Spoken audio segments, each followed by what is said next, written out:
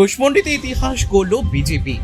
৯,০৬৩ ভোটে জয়ী তাপস চন্দ্র রায়, গেরুয়া আবিরে উল্লাস কর্মীদের। দক্ষিণ দিনাজপুর জেলার ৩৭ নম্বর কুশমন্ডি বিধানসভা কেন্দ্রে ইতিহাস সৃষ্টি করল বিজেপি। এই কেন্দ্রে প্রথমবারের মতো জয় ছিনিয়ে নিলেন বিজেপির প্রার্থী তাপস চন্দ্র রায়।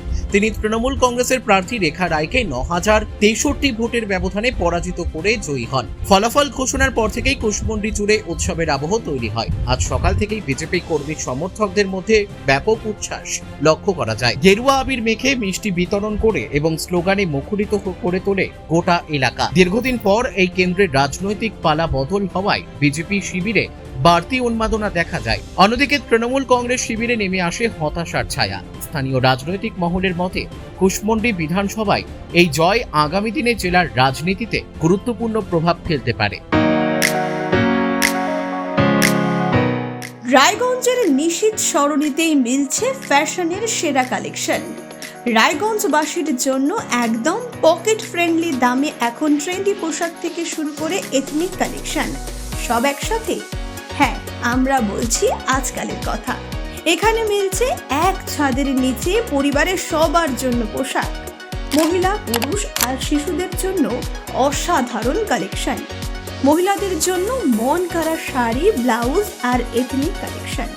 পুরুষদের জন্য ফর্মাল ও ক্যাজুয়াল ট্রেন্ডি পোশাক। শিশুদের জন্য রঙিন, আরামদায়ক ও ফ্যাশনেবল পোশাক যা ছোটদের মুখে হাসি ফোটাবে। শুধু বৈচিত্র্যময় কালেকশন নয়, এখানে দামের সঙ্গেও পাওয়া যায় নিশ্চয়তা। সাশ্রয়ী দামে গুণমানে সেরা পোশাক পাওয়ার জন্যই আজকাল রায়গঞ্জের মানুষের আস্থার জায়গা দখল করেছে। ঠিকানা নিশীথ সরণি রোড, মোহনবাতি সংলগ্ন, রায়গঞ্জ, উত্তর দিনাজপুর। তাই আর দেরি কেন? আপনার এবং আপনার পরিবারের ফ্যাশনের সেরা গন্তব্যে একবার ঘুরে আসুন। আজকাল আপনার ফ্যাশন, আপনার ঠিকানা।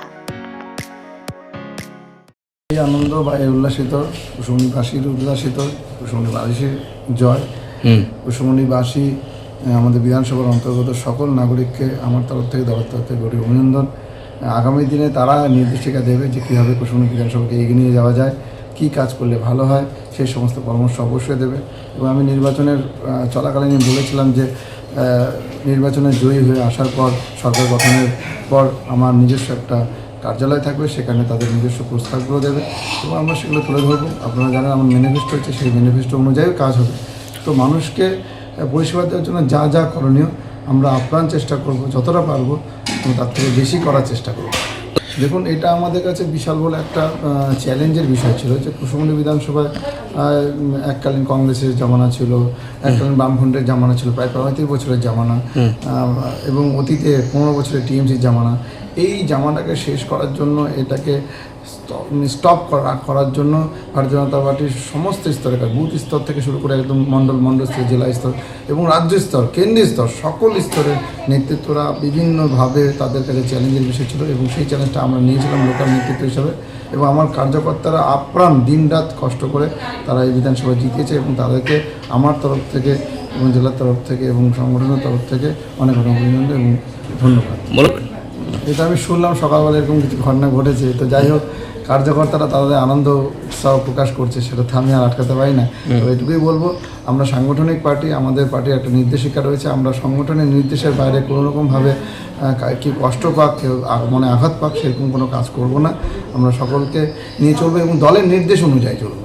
এটুকু আমি দলের সমস্ত কার্যকর্তা এবং সমর্থকদের। কত ভোটে তাদের জয়লাভ করেছেন? প্রায় ৯,০৬৩ ভোটে আমি জয়লাভ করেছি।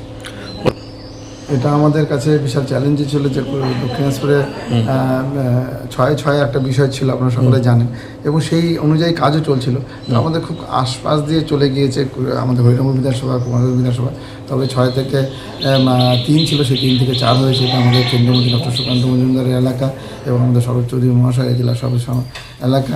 তো সেই এলাকায় আমরা অ্যাচিভ করতে পেরেছি, সংখ্যা বাড়াতে পেরেছি। আগামী দিনে 6-6 করবো, সেই এগিয়ে দলের নির্দেশ অনুযায়ী কাজ হবে আমাদের। তো এটা মানুষের জয় এবং মানুষের জয় মাথায় রেখে আমরা এগিয়ে চলব। কুশমন্ডি থেকে দিলদার আলীর রিপোর্ট, পুলিক নিউজ।